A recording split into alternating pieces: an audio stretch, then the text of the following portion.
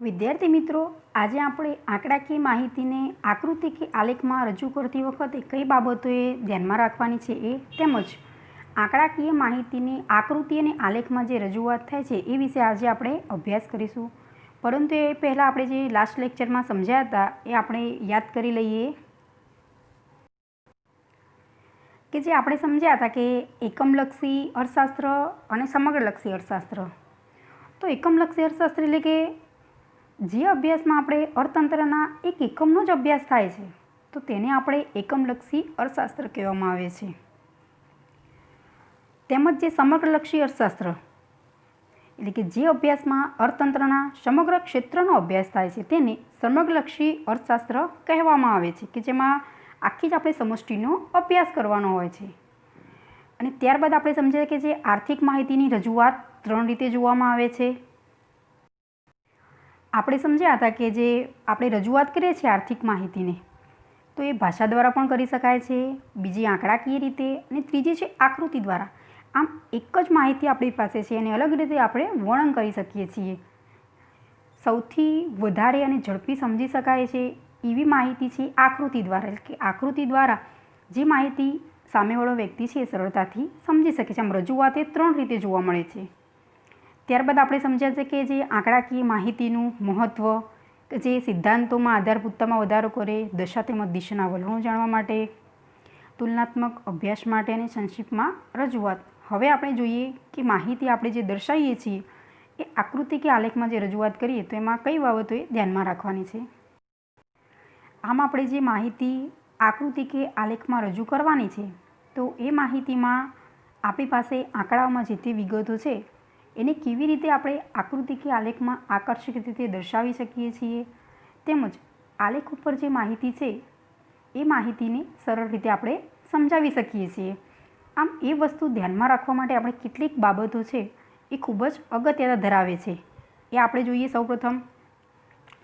તેમાં જે સૌથી અગત્યની બાબતો છે એમાં કે વિશ્વસનીય પ્રાપ્તિસ્થાન, બીજો મુદ્દો છે સ્વતંત્ર અને પરતંત્ર ચલ, તેમજ ત્રીજો મુદ્દો છે જે કે સ્કેલ માપની પસંદગી કરવી. તો સૌપ્રથમ આપણે વિશ્વસનીય પ્રાપ્તિસ્થાન. તો આર્થિક સિદ્ધાંતો કે તારણો જેના આધારે આપવામાં આવ્યા છે તે આંકડાકીય માહિતીના પ્રાપ્તિસ્થાન વિશ્વસનીય અને સર્વમાન્ય હોય તે ઈચ્છનીય છે. એટલે કે જે માહિતી આપણે દર્શાવવાની છે એ માહિતી એ આપણી પાસે આંકડાકીય સ્વરૂપમાં છે એ વિશ્વસનીય હોવી જોઈએ અને સર્વમાન્ય હોય એ જરૂરી છે. દાખલા તરીકે ભારતની આર્થિક સ્થિતિ દર્શાવવા માટે રાષ્ટ્રીય આપણે જે સર્વે કરીએ છીએ કે વિશ્વ બેંકનો જે રિપોર્ટ, તો આ બધી જે માહિતી આંકડાકીય છે એ કેવી હોવી જોઈએ? ચોક્કસ અને સચોટ, કે વિશ્વસનીય હોય તો જ એ માહિતી આપણે આલેખ ઉપર કે આકૃતિ ઉપર સરળતાથી દર્શાવી શકીએ છીએ. હવે સૌથી બીજી બાબત છે કે જે ધ્યાનમાં રાખવાની છે કે છે સ્વતંત્ર ચલ કોને કહીશું આપણે અને પરતંત્ર ચલ. આ બે વસ્તુ એ આકૃતિમાં આપણે દર્શાવીએ છીએ તો સૌથી અગત્યની છે કે બે કે તેથી વધુ ચલો વચ્ચેનો સંબંધ આલેખ કે આકૃતિમાં રજૂ કરવામાં આવે છે. જેમાં સ્વતંત્ર ચલ છે એને આડી ધરી પર દર્શાવવામાં આવે છે, જે કારણરૂપ ચલ છે જેને આપણે કહી શકીએ છીએ જે એક્સ ધરી પર. આપણે જે આકૃતિ આપણે આલેખ દોરીશું તેમાં જે સ્વતંત્ર ચલ છે એને કારણરૂપ ચલ કહેવામાં આવે છે અને એ આડી ધરી પર દર્શાવવામાં આવે છે, એટલે કે એક્સ ધરી પર એને દર્શાવવામાં આવે છે. સ્વતંત્ર ચલને કઈ ધરી પર દર્શાવવામાં આવે છે? તો એક્સ ધરી પર. જ્યારે પરતંત્ર ચલ છે એને ઊભી ધરી પર દર્શાવવામાં આવે છે, જે પરિણામ સ્વરૂપ છે, જેને આપણે કહી શકીએ કે વાય ધરી પર દર્શાવવામાં આવે છે. શોર્ટ ક્વેશ્ચનમાં પૂછાય કે સ્વતંત્ર ચલ છે એ કઈ ધરી પર દર્શાવવામાં આવે છે અને એને કઈ રીતે ઓળખવામાં આવે છે? તો કારણરૂપ ચલ છે અને આડી ધરી પર દર્શાવવામાં આવે છે, જ્યારે પરતંત્ર ચલ છે એ પરિણામ સ્વરૂપ છે અને ઊભી ધરી પર એ દર્શાવવામાં આવે છે. તો સ્વતંત્ર ચલ પર કઈ બાબત આપણે દર્શાવી શકીએ છીએ અને પરતંત્ર ચલ પર કઈ બાબત આપણે દર્શાવીએ છીએ? તો સ્વતંત્ર ચલ ઉપર દેશ, વર્ષ અને વર્ષા એ સ્વતંત્ર ચલ ઉપર આપણે રજૂઆત કરીએ છીએ. જ્યારે પરતંત્ર ચલ ઉપર વસ્તી, આવક અને ઉત્પાદન એ પરતંત્ર ચલ ઉપર આપણે રજૂઆત કરવાની છે અને આના દ્વારા એક્સ અને વાય ધરી દ્વારા આખું જે આપણે આકૃતિ અને આલેખમાં રજૂઆત એ માહિતીની દર્શાવવાની છે. હવે આપણે જોઈએ કે સ્કેલ માપની જે પસંદગી. તો જે માહિતી આપણે આંકડાકીય સ્વરૂપમાં છે એને જે આકૃતિ કે આલેખમાં આપણે રજૂઆત કરીએ છીએ તો એ માટે સ્કેલ માપ પસંદ કરવું એ ખૂબ જ જરૂરી છે. કેમ? તો સ્કેલ માપની મદદથી આપણી જે આકૃતિ અને આલેખમાં રજૂઆત છે એ એકદમ યોગ્ય રીતે જોવા મળશે. કેમ કે એના દ્વારા જે તે આકૃતિ કે આલેખ ખૂબ જ મોટો અથવા ખૂબ જ નાનો ના થઈ જાય, એના માટે સ્કેલ માપ પસંદ કરવું એ ખૂબ જ જરૂરી છે. તો આંકડાઓને આકૃતિમાં યોગ્ય રૂપમાં ગોઠવવા માટે યોગ્ય સ્કેલ માપ પસંદ કરવામાં આવે છે. આપણી પાસે જે તે માહિતી આંકડાકીય આપેલી છે એને યોગ્ય રીતે આકૃતિમાં આપણે દર્શાવવાનું છે, તેના માટે સ્કેલ માપ પસંદ કરવું એ કેવું છે? જરૂરી છે.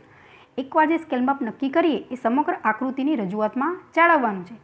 આપણે જે સ્કેલ માપ શરૂઆતમાં નક્કી કરીએ છીએ આખું જ આકૃતિમાં રજૂઆત જે તે કરવાની છે માહિતી, એ માટે એક જ સ્કેલ માપ પસંદ કરવાનું. જ્યારે આપણે બીજો આલેખ બનાવીએ છીએ, બીજી આકૃતિ દર્શાવીએ ત્યારે સ્કેલ માપ આપણે બદલી શકીએ છીએ, પરંતુ એક આકૃતિ માટે હંમેશા એ સ્કેલ માપ એ એક જ જોવા મળે છે. દાખલા તરીકે 1 સેમી બરાબર 10 વર્ષ નક્કી કરીએ અને પછી 10 વર્ષના વધારા માટે 1 સેમી આગળ વધવું પડે છે. એટલે કે હું અહીં 1 સેમી બરાબર 10 વર્ષ મેં નક્કી કર્યા છે તો એ જ આપણે અહીં માપ એટલે કે આગળ દર્શાવવાનું છે. એટલે કે મોટી આંકડાકીય માહિતી માટે જે તે ધરી પર એસએસની નિશાની કરવામાં આવે છે. શરૂઆતમાં મેં અહીં લખ્યું છે કે 1 સેમી બરાબર મેં લીધું છે કે અહીંયા 10 વર્ષ, એટલે કે આગળ એ જ દર્શાવવાનું છે કે 20, 30 એ રીતે. કેમ? તો સ્કેલ માપ નક્કી કરી અને પછી જ જે તે માહિતી છે એ આપણે આકૃતિમાં એ દર્શાવવાની રહેશે. એટલે કે સ્કેલ માપની પસંદગી કરવી એ ખૂબ જ જરૂરી છે.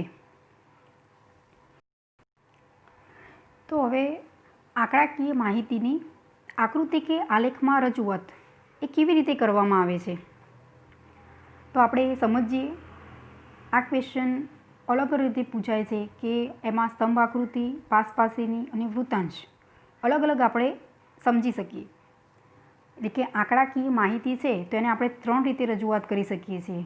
સૌપ્રથમ છે સ્તંભ આકૃતિ દ્વારા, બીજી રીતે પાસપાસીની સ્તંભ આકૃતિ દ્વારા અને ત્રીજું છે વૃત્તાંશ આકૃતિ દ્વારા. સૌપ્રથમ આપણે સમજીએ કે સ્તંભ આકૃતિ દ્વારા કેવી રીતે આપણે રજૂઆત કરીએ છીએ. તો આકૃતિમાં આધારિત ચલ ઊભી ધરી પર આપવામાં આવ્યો હોય અને સ્વતંત્ર ચલ એ આડી ધરી પર આવેલ હોય અને તેના પરિવર્તનમાં જે સમયનો ગાળો છે, એટલે કે આપણે અહીં દર્શાવવાનું છે સ્તંભ આકૃતિ પર, તો હંમેશા ચલ એ કેટલો હશે? એમાં એક જ. મેં અહીં ઉદાહરણ લીધું છે કે જે ભારતમાં ઘઉંનું ઉત્પાદન આપણને જો અલગ અલગ વર્ષોની માહિતી આપેલી છે. 1970-71 2010-11 એટલે કે 5 વર્ષની માહિતી આપેલી છે અલગ અલગ. અને સામે ઉત્પાદન લાખ ટનમાં છે. 1970-71માં જે ઉત્પાદન છે તો 23.8 લાખ ટન, 1980-81માં 36.3 લાખ ટન, 1990-91માં 55.1 લાખ ટન, 2001 69.7 લાખ ટન, 2010-11માં 86.9 લાખ ટન. એટલે કે 1970-71થી 2010-11ની જે માહિતી આપેલી છે તો આને આપણે જે આલેખ ઉપર દર્શાવીશું તો સૌપ્રથમ આપણે આના પરથી આપણે સ્કેલ માપે નક્કી કરવાનું છે કે જેના દ્વારા આપણી જે આકૃતિમાં જ રજૂઆત કરીશું એ યોગ્ય રીતે જળવાઈ રહેશે. તો સૌપ્રથમ અહીંયા સૌથી જે નાની માહિતી, નાની આંકડા એટલે કે 23.8 લાખ ટન છે અને સૌથી વધારે એટલે કે 86.9 લાખ ટન છે. એટલે કે હવે હું એવું અહીં સ્કેલમાં પસંદ કરીશ કે જેના દ્વારા આકૃતિ કેવી લાગશે? આપણી યોગ્ય લાગશે. તો મેં અહીં એક્સ અક્ષ ઉપર વર્ષ અને વાય અક્ષ ઉપર 1 સેમી બરાબર 10 લાખ ટન લીધું છે કે જેના દ્વારા આકૃતિમાં રજૂઆત કરી છે. તો એક્સ ધરી પર જે વર્ષ આપેલા છે અને વાય ધરી પર જે ઉત્પાદન છે એ લાખ ટનમાં આપેલું છે. અને હવે જે આપણને આંકડાકીય માહિતી આપેલી છે કે ઘઉંનું કેટલું ઉત્પાદન જોવા મળે છે. હવે એ માહિતી આપણે સ્તંભ આકૃતિમાં અહીં દર્શાવવાની છે. તો સૌપ્રથમ 1970-71 છે, તેમાં જે આપણને આપેલું છે કે ઉત્પાદન કેટલું છે, તો 23.8 લાખ ટન.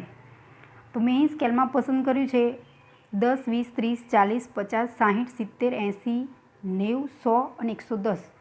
એટલે કે એક સમય બરાબર 10 લાખ ટન છે. તો અહીં 20 થી 30ની વચ્ચે 23.8 અહીં મેં રજૂઆત કરી છે. જ્યારે 1980-81માં કેટલા લાખ ટનનું ઉત્પાદન છે, તો 36.3 લાખ ટન, એટલે કે 30 થી 40ની વચ્ચે અહીં દર્શાવ્યું છે. 1990-91માં જે ઉત્પાદન છે એ 55.1 લાખ ટન, તેમજ 2000 અને 2001માં 69.7 લાખ ટન અને 2010 તેમજ 11માં 86.9 લાખ ટન. એટલે કે સૌથી ઓછું ઉત્પાદન આકૃતિની મદદથી આપણે સરળતાથી જાણી શકીએ છીએ અને સૌથી વધારે ઉત્પાદન એ કયા વર્ષમાં છે. આકૃતિની મદદથી આપણે તરત જ જાણી શકીએ છીએ કે સૌથી ઓછું ઉત્પાદન 23.8 લાખ ટન 1970-71માં છે અને સૌથી વધુ ઉત્પાદન એ 2010 તેમજ 11માં 86.9 લાખ ટન છે. હવે ખાસ એ ધ્યાનમાં રાખવાનું છે કે જ્યારે આપણે આકૃતિને આલેખ દોરીએ છીએ તો જે દરેક સ્તંભ વચ્ચેનું જે અંતર છે એ સરખું હોવું જોઈએ. એટલે કે ઉગમ બિંદુથી પ્રથમ સ્તંભ વચ્ચેનું અંતર તેમજ પ્રથમ સ્તંભથી બીજા સ્તંભ વચ્ચેનું અંતર, આમ ક્રમશઃ જેટલી આપણી પાસે આંકડાકીય માહિતી છે એટલા સ્તંભ આપણે બનાવીએ તો દરેક સ્તંભ વચ્ચેનું અંતર એક એવું હોવું જોઈએ, સરખું જ હોવું જોઈએ. ઉગમ બિંદુથી પ્રથમ સ્તંભ તેમજ પ્રથમ સ્તંભથી બીજા સ્તંભ સુધીનું અંતર હંમેશા સરખું જ હોવું જોઈએ દરેક સ્તંભ આકૃતિમાં કે પાસે. આ ખૂબ જ ધ્યાનમાં રાખવાની બાબત છે. તો જ આપણી જે રજૂઆત છે આકૃતિ આલેખમાં એ યોગ્ય રીતે જળવાઈ રહેશે. અને સ્કેલમાં આ બેના લીધે આપણી જે આકૃતિ છે એ એકદમ યોગ્ય રીતે સામેવાળી વ્યક્તિ છે તરત જ માહિતી એ સમજી શકે છે. આમ સ્તંભ આકૃતિ દ્વારા જે તે રજૂઆત આપણે દર્શાવીએ છીએ એ તરત જ સમજી શકાય છે. તો હવે આપણે સમજીશું જે પાસ પાસેની સ્તંભ આકૃતિ. આપણે આગળ સ્તંભ આકૃતિ સમજ્યા. હવે પાસ પાસેની સ્તંભ આકૃતિમાં કેવી રીતે આપણે દર્શાવવાનું છે, તો જ્યારે સ્વતંત્ર ચલ એક અને આધારિત ચલ એ બે કે તેથી વધારે હોય તો પાસ પાસેની સ્તંભ આકૃતિ વડે આપણે દર્શાવી શકીએ છીએ. જ્યારે સ્તંભ આકૃતિમાં સ્વતંત્ર ચલ પણ એક અને આધારિત ચલ પણ કેટલો હોવો જોવા મળે છે, એક જ. અહીં પાસ પાસેની સ્તંભ આકૃતિમાં સ્વતંત્ર ચલ છે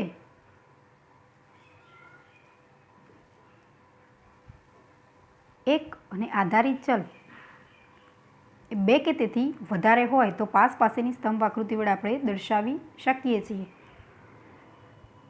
કે આપણે મેં ઉદાહરણ લીધું છે કે ગુજરાતમાં અક્ષર જ્ઞાનનું જે પ્રમાણ એ ટકાવારીમાં આપેલું છે.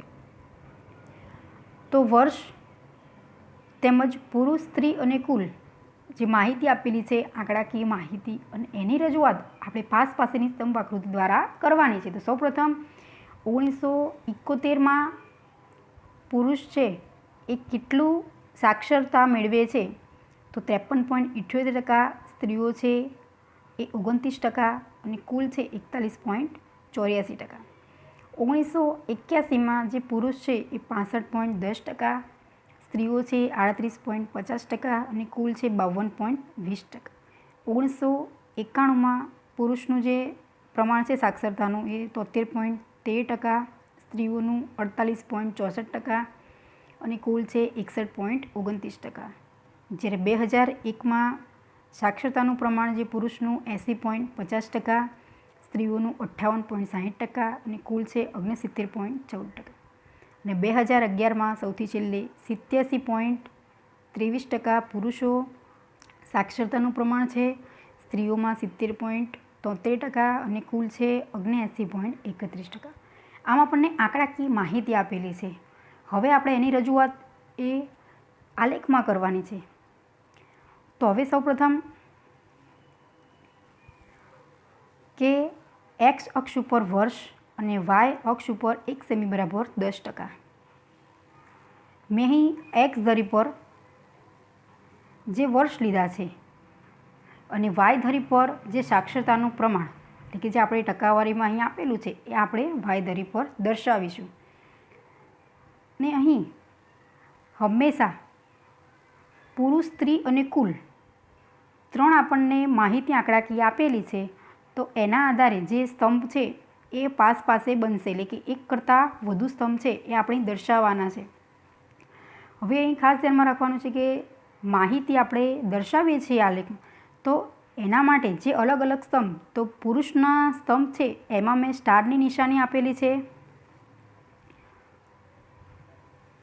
જ્યારે સ્ત્રીઓમાં જે લાઇનિંગ કરેલી છે અને કુલ છે એમાં મેં કોરો સ્તંભ રાખ્યો, કે જેના આધારે મને ખબર પડે છે કે આ 3 સ્તંભ અલગ અલગ છે, તો પુરુષ, સ્ત્રી અને કુલની માહિતી દર્શાવે છે. તો સૌપ્રથમ 1971માં જે માહિતી આપણી પાસે છે એના પરથી અહીં સ્તંભમાં આપણે જે રજૂઆત કરવાની છે. તો 1971માં જે પુરુષનું પ્રમાણ છે એ 53.78%, સ્ત્રીઓનું પ્રમાણ છે 29 અને કુલ માહિતી છે આપણને 41.84. એટલે કે અહીં દર્શાવેલું છે મેં આકૃતિમાં અહીં કે સૌપ્રથમ પ્રમાણ છે સ્ટાર એ પુરુષોનું, પછી 29% છે એ સ્ત્રીઓનું છે અને 41.84 છે એ દર્શાવે છે કુલ માહિતી.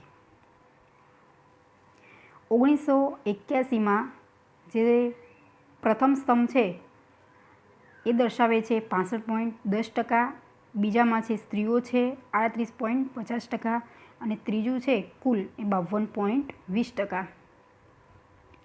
ત્યારબાદ 1991માં જે પુરુષોનું પ્રમાણ છે એ 70 અને 80ની વચ્ચે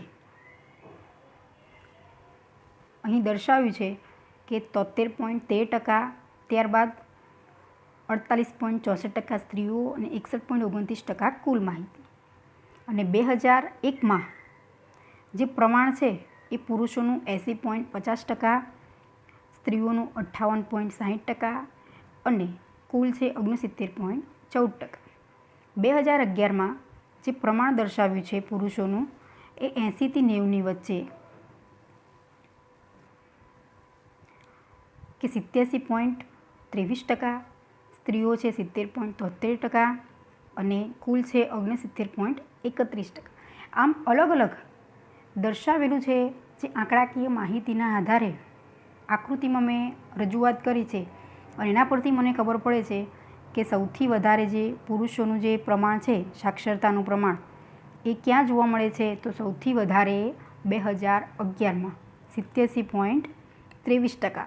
શેના આધારે ખબર પડે છે કે સ્તંભના આધારે, કે સૌથી જે ઊંચાઈમાં સ્તંભ છે એ 87.23% છે, કે જેના દ્વારા આપણે જાણી શકીએ છીએ. એવી જ રીતે જે પ્રમાણ છે સ્ત્રીઓનું, તો જે સ્ત્રીઓનું સૌથી વધુ પ્રમાણ એ 2011માં 70.73% છે અને સૌથી કુલનું પ્રમાણ છે એ 79.31%. આમ આકૃતિ પરથી સરળતાથી સમજી શકાય છે કે સૌથી વધારે કયા વર્ષમાં સાક્ષરતાનું પ્રમાણ એ પુરુષ, સ્ત્રી અને કુલમાં જોવા મળે છે. શેના આધારે, તો જે આકૃતિ પર આપણે દર્શાવીએ છીએ જે તે માહિતી આંકડાકીય આપેલી છે ને એના આધારે મેં દર્શાવ્યું તમને આલેખમાં. એટલે સરળતાથી અહીં આકૃતિ કે આલેખની મદદથી રજૂઆત આપણે સમજી શકીએ છીએ.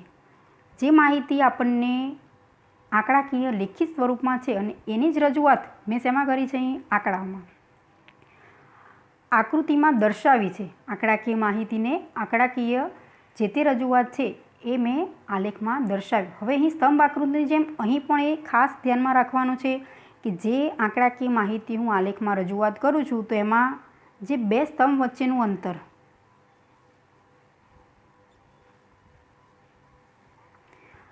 તો ઉગમ બિંદુથી પ્રથમ સ્તંભમાં અહીં 3 આવશે, પુરુષ, સ્ત્રી અને કુલ. ત્યારબાદ જે બીજો સ્તંભ દર્શાવ્યો છે મેં એમાં પણ પુરુષ, સ્ત્રી અને કુલ, એટલે કે પ્રથમ સ્તંભથી બીજા સ્તંભ સુધી જે બંને વચ્ચેનું અંતર એ કેવું જળવાવું જોઈએ, એક સરખું. જેમ આપણે સ્તંભ આકૃતિમાં સમજ્યા હતા એમ અહીં પાસેની જે સ્તંભ આકૃતિ છે એમાં પણ એ જ રીતે ઉગમ બિંદુથી પ્રથમ સ્તંભ અને પ્રથમ સ્તંભથી બીજા સ્તંભ વચ્ચેનું જે અંતર છે એ યોગ્ય રીતે જળવાવું જોઈએ. ક્રમશઃ સરખું જ અંતર સ્કેલ માપની આપણે જે પસંદગી કરીએ છીએ એવી જ રીતે અહીં અંતર છે એ યોગ્ય જળવાવીએ તો જ આપણી જે રજૂઆત આંકડાકીય માહિતીની આલેખમાં છે એ યોગ્ય રીતે દર્શાવી શકીએ છીએ.